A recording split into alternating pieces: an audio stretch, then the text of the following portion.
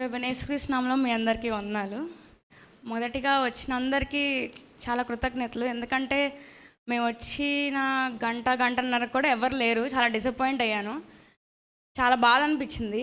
అంటే ఇంత పెట్టుకున్నాం కదా, సడన్గా వాన పడింది, ఎవరు రారనుకున్నాను. బయట నుంచి అదే ప్రేయర్ చేశాను, కానీ దేవుడు ప్రార్థన ఆలకించి మిమ్మల్ని అందరూ నడిపించాడు. మరి ఒకసారి అందరికీ ధన్యవాదాలు. నాకు నవంబర్లో సీట్ కన్ఫర్మ్ అయింది. నేను ఆల్రెడీ వెళ్ళేటప్పుడు సాక్ష్యం చెప్పి వెళ్ళాను. నాకు డిసెంబర్ మొత్తం ఆన్లైన్లో జరిగింది క్లాసెస్. జనవరిలో రమ్మన్నారు. జనవరిలో వెళ్ళాము. వాళ్ళు రమ్మన్న రోజుకి మధ్యాహ్నం వెళ్తాము మేము వైజాగ్ అనగా నాకు బాగా ఫీవర్ వచ్చి వద్దన్నారు. మామూలుగా తగ్గాకెళ్ళు, ఇప్పుడు జ్వరంతో ఎందుకు అని అన్నారు. కానీ మళ్ళీ ఫస్ట్ డే అందరితో క్లాస్లో ఉంటే ఆ భయం పోతుంది. మళ్ళీ కొన్ని డేస్ ఆగి వెళ్తే నాకు కొత్తగా ఉంటుంది కదా, ఫస్ట్ డేనే వెళ్తాను, అందరితో కలిపి సెట్ అయిపోతుందని అనుకొని అలానే ఫీవర్తో వెళ్ళాము. అప్పటికి ఇంకా హాస్టల్ డిసైడ్ అవ్వలేదు కాబట్టి హోటల్ రూమ్లోనే ఉన్నాము. నేను, అమ్మ, డాడీ, సన్నీబాబు వచ్చినట్టున్నాడు మాతో. అక్కడ దగ్గరలో ఒక 3 కిలోమీటర్స్ దగ్గరలో ఒక హోటల్ రూమ్లో ఉన్నాము. మాకు అక్కడ తక్కువలో దొరికిందని అక్కడికి వెళ్ళాము. కానీ ఏమైందంటే వెళ్ళిన పొద్దున్నే ఆల్రెడీ ఫీవర్తో ఉండి చన్నీళ్ళు చేయలేను కదా, బాగా చలిగా ఉంది. అప్పుడు గ్లేజర్ ఆన్ చేసుకున్నాము. అప్పుడే డాడీ వాళ్ళు బయటకు వెళ్ళారు, స్నానానికి వెళ్ళాలని చెప్పి నేను లోపలికి వెళ్ళాను. ట్యాప్ ఇప్పాను.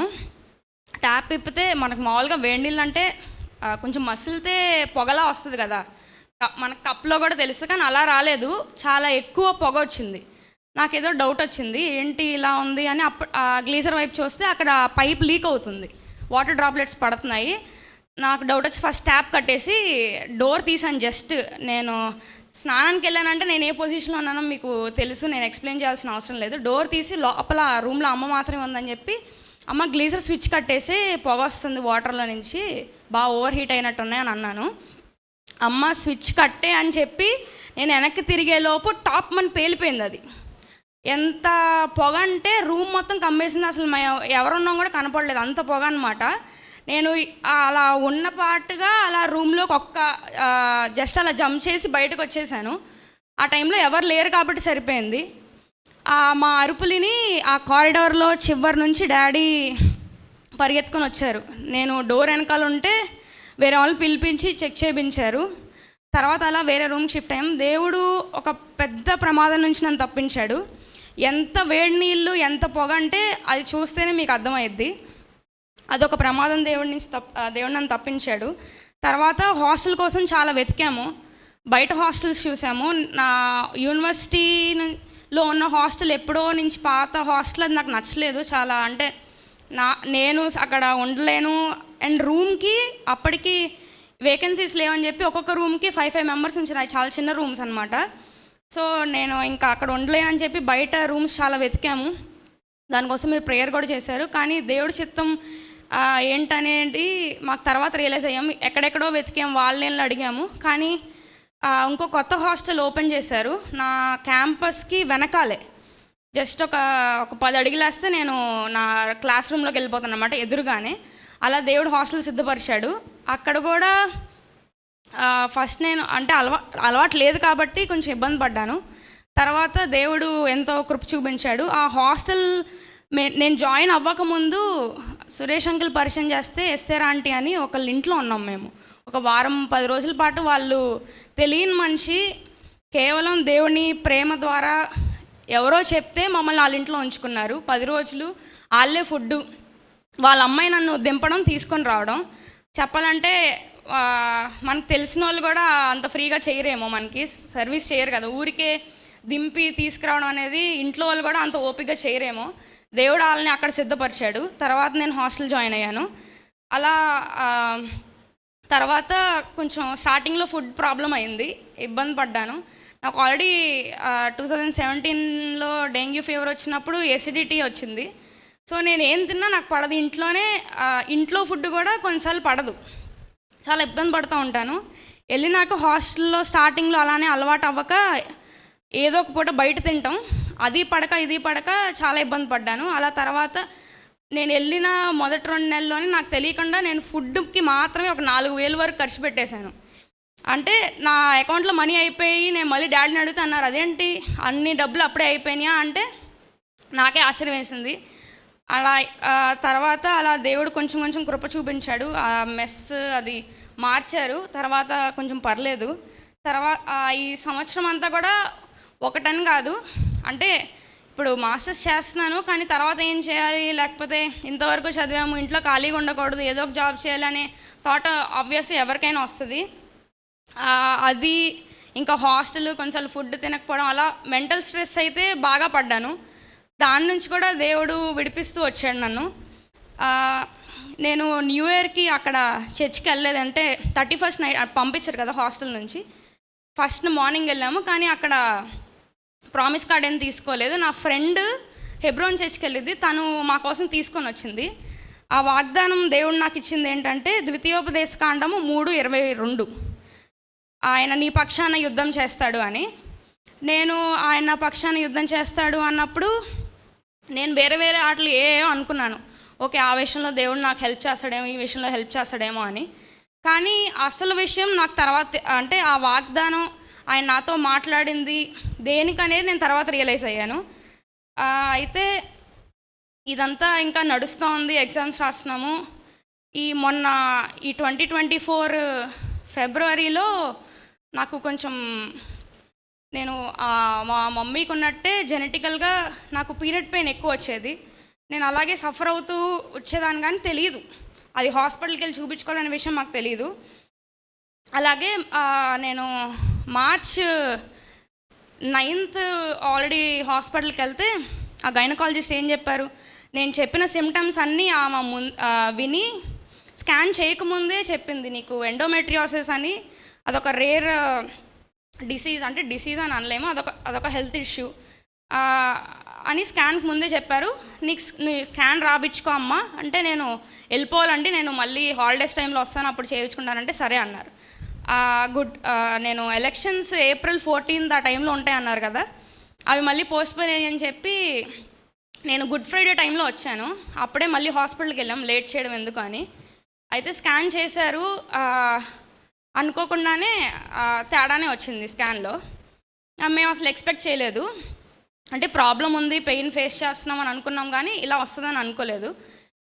స్కాన్లో ఏమొచ్చింది అంటే రైట్ ఓవరీ దగ్గర 2 సిస్టులు ఉన్నాయని చెప్పారు. అవి కూడా పెద్దగానే ఉన్నాయి, సైజు 5.5 అలా ఉన్నాయి. ఖచ్చితంగా సర్జరీ చేయాలని అన్నారు. ఆ డాక్టర్ చెప్పిన కొన్ని మాటలకి నేను అసలు నా నోటి నుంచి మాటలేదన్నమాట. అమ్మ నేను ఉన్నాము, ఆమె చెప్తున్నారు, చాలా రకాలుగా చెప్తుంది. ఏంటంటే ఇవి వస్తాయి, పెద్ద సైజులో ఉన్నాయి, సర్జరీ పడాల్సిన సైజులోనే ఉన్నాయి, చేస్తాము అంటే ఇవి ఎప్పటి నుంచి పెరుగుతూ వచ్చినాయో మనకు తెలియదు, ఒక్కొక్క మనిషి బాడీని బట్టి అవి సైజ్ పెరుగుతూ ఉంటుంది, కానీ చేసినాక కూడా దీనికి పర్మనెంట్ క్యూర్ లేదు, మళ్ళీ వస్తూ ఉంటాయి, కానీ ఎంత టైంలో వస్తుందో మనకు తెలియదు అని ఇంకా రకరకాలుగా చెప్పారు. పెళ్ళి చేయండి అని, తొందరగా చేయండి అని, అలా అంటే ఇంకా సడన్గా ఉన్నట్టుండి ఏమీ అనుకోకుండా సడన్గా వినేసరికి మనం ఎలా ఫీల్ అవుతామో తెలుసు. అలానే మీ ఇంట్లో ఇది జెనెటికల్గా వస్తుంది, దీనికి పలానా కారణం అని ఇక్కడ రికార్డ్స్లో కూడా లేదు, డాక్టర్స్ కూడా తెలియదు, మెడిసిన్ కూడా లేదు అని అన్నారు. అలా మీకు ఇంకా ఇంట్లో హిస్టరీ అడిగారు, అంటే మీకు మదర్కి కానీ పిన్నికి కానీ అమ్మమ్మ అలా ఎవరికైనా ఏమైనా ఉన్నాయా అంటే చెప్పింది అమ్మ. అయితే మీ అక్క ఉందంటే తనని కూడా తీసుకురండి చెకప్కి అని అన్నారు. అంటే ఉండొచ్చేమో ఏమన్నా ప్రాబ్లం, అంటే జెనెటికల్గా ఉంది కాబట్టి అని. అలా నేను వెళ్ళాను, ఇంటికి వచ్చాము. అసలు డాడీకి ఎలా చెప్పాలో మాకు కంగారు అనమాట, అంటే ఆయన కంగారు పడతారు అని. ఆ తర్వాత నేను ఉండి మెడిసిన్ వాడమన్నారు, హార్మోన్ ట్యాబ్లెట్స్ ఒకటి ఇచ్చారు, అది కొన్ని మంత్స్ వాడమని చెప్పారు, అదే వాడుతున్నాను ప్రజెంట్. అలాగే సింధుని నేను వైజాగ్ వెళ్ళిపోయాను, ఇంట్లో ఖాళీగా ఉన్న ఎదురు బదురు మొహాలు చూసుకోవడం, ఒకళ్ళు చూసి ఒకళ్ళు బాధపడడం ఇదే ఉంటుంది, నేను అక్కడికి వెళ్ళిపోతేనే సెట్ అవుతాను, ఎలా అయినా ఎగ్జామ్స్ టైం పడుతుందని వెళ్ళాను. నేను వెళ్ళిన 1 వీక్ అనుకుంటా సింధుని తీసుకెళ్లారు. సింధు హాస్పిటల్లో ఉంది, నేను అక్కడ ఆల్రెడీ ఈ పెయిన్తో బాధపడుతున్నాను అనమాట. అయినా అప్పటికీ ప్రార్థన చేస్తున్నాను. నాకు ఆల్రెడీ వచ్చింది ఎలానో, మొన్నటిదాకా అమ్మతో బాధపడ్డాము. సిస్ట్ ఒకటి రిమూవ్ చేశారు, మళ్ళీ వచ్చిందన్నారు, మళ్ళీ స్కాన్ చేస్తే లేదన్నారు, ఇప్పుడు నాకు అంటున్నారు. సింధుకైనా ఏం ఉండకుండా రిపోర్ట్స్ క్లియర్గా ఉండాలని నేను ఏడుస్తా ప్రార్థన చేస్తున్నాను. వాళ్ళు స్కాన్కి వెళ్ళారు, రిపోర్ట్స్ వచ్చినాయి అని చెప్పారు. సింధుకు కూడా ప్రాబ్లం ఉందని చెప్పారు. నాదొక టైప్ అయితే దాని ఇంకొక టైపు, ఫైబ్రాయిడ్స్ ఉన్నాయని చెప్పారు, దానికి సర్జరీ పడిద్దని చెప్పారు. అలాగా దెబ్బ మీద దెబ్బ అనమాట. దేవుడు డాక్టర్లు చెప్పిన మాటలకు నిజంగానే మనం చాలా భయపడతాము, అంటే ఆ రకంగా చెప్తారు కాబట్టి. ఇంటికి వచ్చాము, అంతా కుటుంబంలో కొంతమందికి తెలిసింది. చర్చ్లో హాఫ్ నైట్ ప్రేయర్లో చెప్పారంట డాడీ, నాకు తెలియదు అది. అలా ప్రార్థన చేస్తూ వచ్చాము. అయితే ఇవి విన్న ఒక వారం 2 వారాల వరకు ఏదో తెలియని ఆందోళన, బాధ. కానీ దేవుడు మమ్మల్ని ఎక్కడా విడిచిపెట్టలేదు. ఎంత ధైర్యంతో దేవుడు నింపాడంటే, నేను ప్రార్థన చేసుకొని స్టార్టింగ్లో కొంచెం దాన్ని డైజెస్ట్ చేసుకోవడానికి ఇబ్బంది పడినప్పటికీ కొన్ని రోజులకి నా మనసు ఎలా మారిపోయిందంటే, నేను ఎందుకు భయపడాలి, పుట్టించిన వాడు ఆయనే కదా, ఆయన చిత్తం లేకుండా, ఆయన అనుమతి లేకుండా మన జీవితంలో ఏది జరగదు. సో ఇది కాకపోయినా ఇంకోటైనా ఇంకేదొచ్చినా సరే దేవుడే చూసుకుంటాడు. అది మన జీవితంలో జరగాలని ఆయన నిర్ణయించాడు కాబట్టి అది జరుగుతుంది. సో మనం దానికి ఏం చేయలేము. బాధపడినంత మాత్రాన ఉన్నది మనం తీసేయలేము అని చెప్పి నేను చాలా ధైర్యం తెచ్చుకున్నాను. దేవుడు వాక్యాల ద్వారా నాతో చాలా బాగా మాట్లాడాడు. అక్కడ మేము హాస్టల్లో ప్రేయర్ గ్రూప్ ఉంది మాకు. నా ఫ్రెండ్స్ అందరూ క్రిస్టియన్సే. మేము ఎవ్రీ నైట్ 7:30 లేకపోతే 9 కుదిరిన టైంలో మేము ప్రేయర్ చేసుకుంటూ ఉండేవాళ్ళము. చాలా అంశాల కోసం ప్రేయర్ చేసాం. ఈ తెలిసిన దగ్గర నుంచి సింధు కోసం, నా కోసం అందరు ప్రేయర్ చేస్తూనే వచ్చారు. అలా మేము చాలా బలపడ్డాను. అండ్ నా బెస్ట్ ఫ్రెండ్ హెప్సీ, లిజీ, వాళ్ళు నా రూమ్మేట్స్. ఇప్పటి వరకు నా జీవితంలో ఉన్న ఫ్రెండ్స్ వేరు, వీళ్ళిద్దరు వేరు. అంటే వీళ్ళిద్దరు నాకు క్లోజ్, నా రూమ్మేట్స్ కాబట్టి. ఒక ఆత్మీయ సంబంధమైన స్నేహితులని నేను చెప్పచ్చు. వాళ్ళిద్దరూ చాలా స్పిరిచువల్గా ఉంటారు. నేను చాలా పడిపోయినప్పుడు వాళ్ళు నన్ను చాలా లిఫ్ట్ చేస్తూ వచ్చారు. ఎన్నో వాక్యాల ద్వారా నన్ను బలపరుస్తూ వచ్చారు. నిజంగానే ఇంటికి దూరంగా ఉండి అక్కడ వాళ్ళ సపోర్ట్ లేకపోతే నేను ఇంకా నలిగిపోయేదాన్ని. దేవుడు అలా నాకు ప్రతి సిట్యువేషన్లో కూడా ఎవరో ఒకరిని సిద్ధపరిచి నన్ను బలపరుస్తూనే వచ్చాడు. అలా మేము వాక్యాలు ఈ వచ్చేసే ఒక 2 నెలల ముందు మనం వెళ్ళిపోతున్నాం కదా, రోజుకొకళ్ళం చిన్న చిన్న షార్ట్ మెసేజ్లు చెప్పుకుందామని అనుకున్నాం ప్రేయర్లో. అలా ఒక్కొక్కరి ద్వారా ఒక్కొక్క మాట, అంటే అన్నీ నాకు రిలేట్ అవుతున్నాయి. ఎవరు ఏ వాక్యం చెప్పినా నాకు అవి రిలేట్ చేసుకుంటున్నాను నేను. ఫస్ట్ ఇలా తెలిసిన స్టార్టింగ్లో నానమ్మ దగ్గరికి వెళ్ళి చెప్తే ఏమన్నారంటే, నానమ్మ ఎందుకు వచ్చిందానమ్మా, నువ్వు దేవుడి దగ్గర ఒప్పుకోవాల్సినవి ఒప్పుకో, మనం ఏమైనా తప్పు చేసినా దేవుడు అలా, అంటే నా తప్పేమైనా ఉందేమో అని పరీక్షించుకోమని. అది నెగిటివ్గా ఏం చెప్పలేదు, కానీ నేనేమనుకున్నానంటే, ఎందుకు ఇలా అంటుంది అంటే నన్ను ఓదార్చాల్సింది పోయి నేనేదో తప్పు చేస్తే నాకు వచ్చింది అన్నట్టుగా మాట్లాడింది అనుకున్నాను. అదే నెక్స్ట్ రోజు తన నోటి నుంచి మళ్ళీ ఏం చెప్పిందంటే, యోహాను 11:4, అంటే ఏదో మనం చేసిన తప్పు వల్ల కాదు, కానీ దేవునికి మహిమ రావడం కోసం, ఆయన మహిమ నిమిత్తం కొన్ని దేవుడు మన జీవితాల్లో అలౌ చేస్తాడు. సో అది కూడా నన్ను బలపరిచింది. అలాగే ఇదే సేమ్ వాక్యం నా ఫ్రెండ్ హెప్సీ కూడా చెప్పింది నాకు. సో అలా దేవుడు మాట్లాడుతూ వచ్చాడు. తర్వాత ఈ టాబ్లెట్ యూస్ చేస్తున్న దగ్గర నుంచి నాకు విపరీతమైన బాడీ పెయిన్స్ అనమాట. ఇంకా ఇక్కడ నుంచి ఈ నడుం దగ్గర నుంచి కిందకి ఇక్కడ నొప్పి లేదు అని నేను చెప్పలేను. అంత దారుణమైన కాలు నొప్పులతో నేను అక్కడ ఉండలేక, అక్కడ వదిలేసి రాలేక, ఇన్ని సంవత్సరాలు తండ్రి నువ్వు కాపాడావు, ఇన్ని సెమిస్టర్స్ నేను రాశాను, ఇన్ని నెలలు ఉన్నాను, ఈ ఒక్క ఆఖరి నెలలో నేను ఇంత ఇబ్బంది పడి నేను ఎలాంటి పరిస్థితులకు వెళ్ళానంటే ఇంక నాకు వద్దు చదువు, నా వల్ల కాదు ఇక్కడ ఉండడం అనుకున్నాను. అంత వీక్నెస్ వచ్చింది. అక్కడ ఫుడ్ ఈ లాస్ట్ 2 మంత్స్లో అస్సలు బాగోలేదు. మేము కంప్లైంట్ చేస్తున్నాం, వాళ్ళు ఏం మార్చలేదు. అలా అని బయట ఫుడ్ ఆర్డర్ పెట్టుకుంటే నాకు పడట్లేదు. నేనేం చేయాలి అని దేవుడి మీద ఆధారపడ్డాను. లిటరల్గా అసలు రాత్రులు పడుకొని రోజులు కూడా ఉన్నాయి. అండ్ ఏప్రిల్ నెల నుంచి అక్కడ భయంకరమైన ఎండలు. అంటే ఎన్నిసార్లు ఇంకా స్నానం చేసినా ఇంకా మళ్ళీ తడవడమే అనమాట. అయినా ఓర్చుకున్నాను. ఫస్ట్ మిడ్ అయిపోయింది. సెకండ్ మిడ్ ఏప్రిల్ 18th నుంచి స్టార్ట్ అయిందనమాట. 17th ఆ ముందు రోజు మేము చదువుకుంటున్నాను కానీ నాకు అసలు రావట్లా, ఇంట్రెస్ట్ రావట్లేదు, కాన్సన్ట్రేట్ చేయలేకపోతున్నాను, ఒక పక్కన నొప్పులు. అయితే మా ఫ్రెండ్స్ అందరూ ఏమో, నువ్వు ఎందుకు ఇక్కడికి వచ్చి ఇబ్బంది పడతావు, వెళ్ళిపోవచ్చు కదా, ఇంట్లోనే ఉండి ఎగ్జామ్స్ టైంలో రా అని అంటున్నారు. కానీ నేను ఇంట్లో ఉండి చదవలేను, మార్క్స్ రావు, ఇక్కడ ఉంటేనే కొంచెం కలిసి ఉంటాము, చదువుకుంటామని అన్నాను. అలానే చదువుతున్నాను. నెక్స్ట్ డే మిడ్ ఎంతంటే ఇంక నాకు ఓపిక అయిపోయింది. నేను ఇంకా భరించి ఇంకా నాకు ఓపిక లేదు, నేను ఇంకా భరించే పరిస్థితిలో లేను. మిడ్ పోతే పోయింది, నేను ఎలా అయినా ఇంటికి వెళ్ళిపోవాలి ముందు అని చెప్పి 18వ తారీఖు నైట్ అప్పటికప్పుడు తత్కాల్లో టికెట్ బుక్ చేసుకొని 18th వచ్చేసాను. అసలు ఇంటికి వచ్చిన ఆలస్యం నాకు సగం నీరసం తగ్గిపోయింది.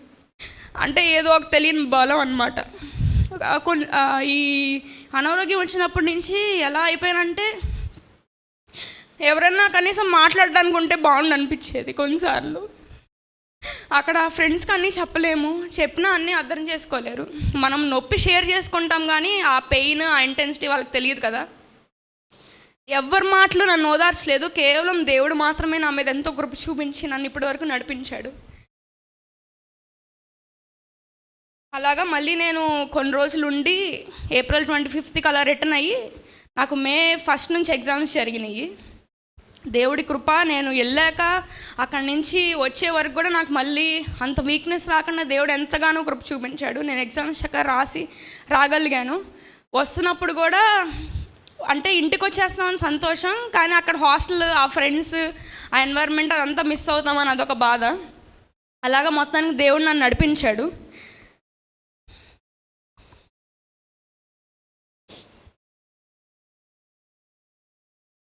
ఇంకొక వాక్యం ద్వారా దేవుడు నాతో మాట్లాడింది ఏంటంటే 2 కొరింథీలు 12:9. అందుకు నా కృప నీకు చాలును, బలహీనత యందు నా శక్తి పరిపూర్ణ మగుచున్నదని ఆయన నాతో చెప్పాను. కాగా క్రీస్తు శక్తి నా మీద నిలిచియుండు నిమిత్తము విశేషంగా నా బలహీనత యందే బహు సంతోషంగా అతిశయపడుదును. ఇది అక్కడ కాంటెక్స్ట్ ఏంటో నేను క్లియర్గా చెప్పలేను, కానీ నాకు నేను అప్లై చేసుకుంటే దేవుడు నాతో మాట్లాడాడు. నేను డైలీ ర్యాండమ్గా చదువుకున్న వాక్యం ద్వారా దేవుడు నాతో మాట్లాడాడు. ఇది నాకు నేను ఎలా అప్లై చేసుకున్నానంటే, దేవుడు నాకు ఇచ్చాడు ఆ బలాన్ని. నేను బలహీనంగానే ఉన్నాను, శారీరకంగా, మానసికంగా కూడా. కానీ దేవుని వాక్యం నన్ను ఎంతగా బలపరిచిందంటే, నేను ఎంత కృతజ్ఞతతో నింపబడ్డానంటే నేను మాటల్లో చెప్పలేను. అంటే దేవుడు కొన్ని అనారోగ్యాలు మనకి ఎందుకు ఎలా చేస్తాడని నాకు అర్థమైన విషయం ఏంటంటే, కొన్ని మనం రియలైజ్ అవ్వాలి, కొన్ని నేర్చుకుంటాము, కొన్ని తెలుసుకుంటాము, దేవునికి దగ్గరికి వెళ్తాము. అలాగా నేను నేర్చుకున్నది ఏంటంటే, నా కుటుంబం నా జీవితంలో ఎంత మేజర్ రోల్ ప్లే చేసిందని నేను బాగా నేర్చుకున్నాను. ఎవరున్నా లేకపోయినా నా కుటుంబం నన్ను ఎప్పుడు వదిలిపెట్టలేదు. అలాగే సంఘంలో నేను ఎప్పుడు సెలవులు వస్తే అప్పుడు ప్రతి ఒక్కరు వచ్చినప్పుడల్లా, అమ్మ ఎలా ఉన్నావు, తింటున్నావా, తగ్గిపోయావనో ఏదో అలా పలకరించడం. మేబీ అసలు నా కుటుంబస్తులు నన్ను అంత బాగా పలకరించలేదు. నాకు బాగాలేదని తెలిసాక చాలామంది రిపీటెడ్గా నాకు మెసేజ్లు పెట్టడం, తిన్నావా, ఎలా ఉన్నావు, టాబ్లెట్లు వేసుకుంటున్నావా అని అడిగిన వాళ్ళు కూడా ఉన్నారు, నన్ను పట్టించుకున్న వాళ్ళు ఉన్నారు. సంఘం ఎంతగానో ప్రార్థన చేసింది నా కోసం, అందుని బట్టి నేను ఎంతగానో కృతజ్ఞతాస్తుతులు చెల్లించుకుంటున్నాను. అలాగే మేము తెలిసిన డాక్టర్ చెప్తే హైదరాబాద్లో ఫెర్నాండెస్ ఇన్స్టిట్యూట్ అని ఒకళ్ళ దగ్గరికి వెళ్ళాము. అంటే ఇంకా మాకు బెటర్గా ఏమన్నా చెప్తారేమో అని ఒక ఆశతో, అంతే. ఇక్కడ సరిగ్గా చెప్పకపోవచ్చు, అక్కడ మంచి ఇన్స్టిట్యూట్ వెళ్ళండి అని సజెస్ట్ చేస్తే వెళ్ళాము. మేము మా సొంతగా మేము వెళ్ళుంటే అక్కడ మాకు అపాయింట్మెంట్ దొరికేది కాదు. దేవుడు అది కూడా ఏర్పాటు చేశాడు. మేము హైదరాబాద్ వెళ్ళి అక్కడ ట్రాఫిక్ ఎక్కువ ఉంటుంది కదా, మేము హాస్పిటల్కి వెళ్ళటానికి 1 గంట పట్టింది. మేము వాళ్ళు మమ్మల్ని 2 రండి, మేము అప్పుడు చూసి అపాయింట్మెంట్ ఇస్తామని అన్నారు. మేము ప్రార్థన చేసుకుంటూనే వెళ్ళాం. దేవా, మేము పద్దాకా ఇన్ని గంటలు జర్నీ చేసి తిరగలేము, మళ్ళీ రాలేము, మేము వెళ్తాము, అపాయింట్మెంట్ వాళ్ళు ఇవ్వాలి, డాక్టర్ చూసేలాగా నువ్వు కృప చూపించని అన్నాము. అలాగే మేము వెళ్ళాము. వాళ్ళు వెంటనే మాట్లాడారు. డాక్టర్ మాకు మధ్యలో ఎవరైతే మీడియేటర్ ఉన్నారో వాళ్ళు మాట్లాడిచ్చారు, మాకు అపాయింట్మెంట్ ఇచ్చారు. ఒకరి తర్వాత ఒకళ్ళు, సింధుది నాది, ఇద్దరిని చెక్ చేశారు.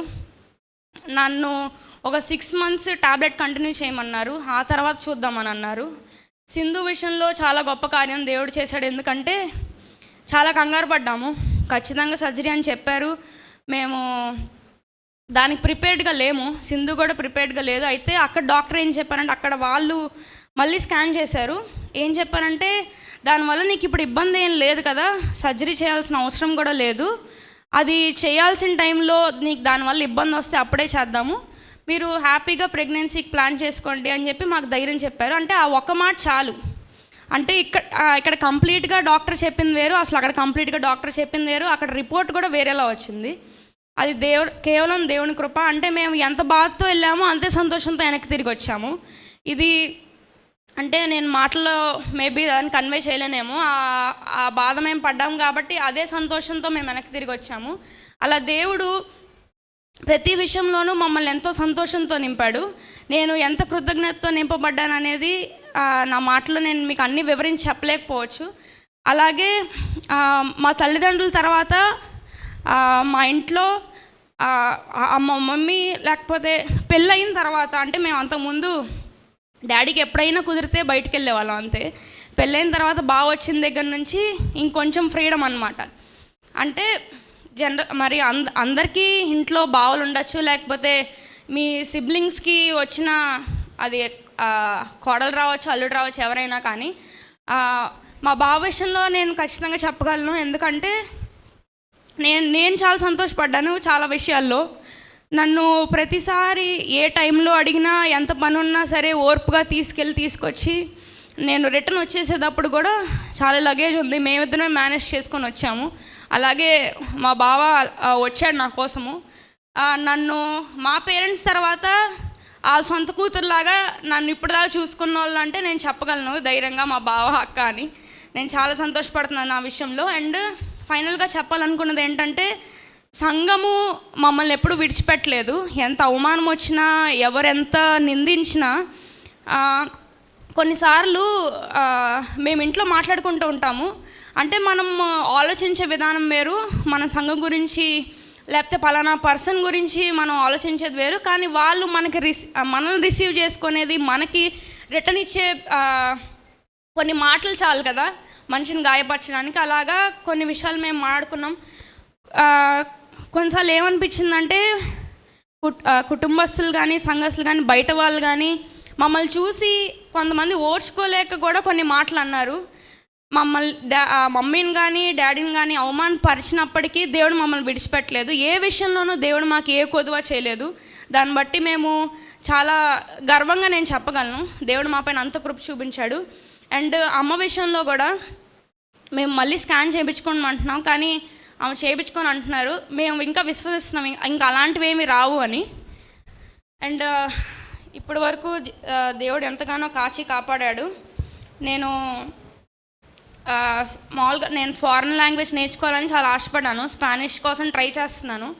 అది దేవుడి చిత్తం అయితే ఇక్కడ లేకపోతే ఇంకెక్కడన్నా అనేది నా ఆలోచనలు కాదు, నా ప్లాన్స్ ఏమి వర్కౌట్ అవ్వవు. దేవుడి చిత్తం అయితే నేను ఎక్కడికి వెళ్ళాలో అక్కడ దేవుడు నడిపించాలని నా కోసం ప్రార్థన చేయండి. అలాగే మా ఇద్దరు ఆరోగ్యం కోసం కూడా ప్రార్థన చేయండి. నన్ను మళ్ళీ అక్టోబర్లో రమ్మన్నారు. సో అప్పుడు మళ్ళీ స్కాన్ చేస్తానన్నారు. దాన్ని బట్టి నెక్స్ట్ ఏం చేయాలి అని, ఈ ట్యాబ్లెట్ అయితే ఒక 1 year వరకే వాడగలను నేను, తర్వాత ఏం చేయాలనేది వాళ్ళు చెప్పాలి. సో సర్జరీ పడిద్దా లేదా అనేది దేవుడి చేతికి నేను వదిలేశాను. ఏదైనప్పటికీ దేవుని కృపలో మనం ఉన్నాం కాబట్టి దేవుడు మనం విడిచిపెట్టడు. మా కుటుంబం కోసం మీరు ప్రార్థన చేస్తారు, ఇంకా కంటిన్యూ చేస్తారని నమ్ముతూ నా మాటలు ముగిస్తున్నాను. సాక్ష్యం దేవునికి హల్లెలూయా.